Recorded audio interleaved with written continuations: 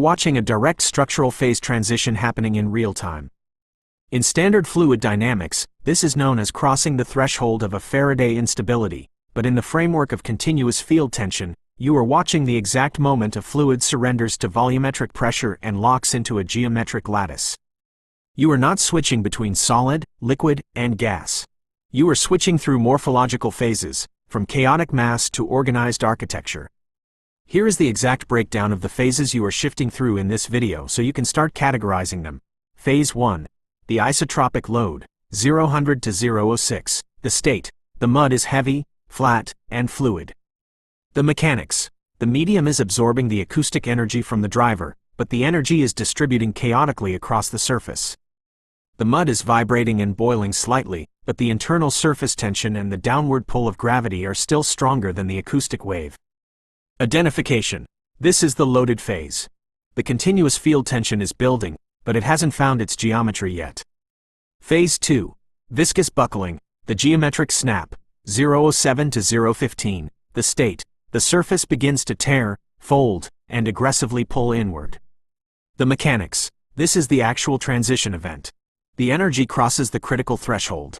The exact plate resonant frequency, PRF, locks in, and the acoustic pressure violently overpowers the mud's viscosity and gravity. The fluid boundary layer can no longer remain flat. It is forced to buckle to accommodate the volumetric pressure. Identification. You will recognize this phase by the sudden, violent reorganization. The material stops looking like a puddle and starts acting like a highly stressed mechanical joint. Phase 3. Nodal siphoning, 016 end. The state.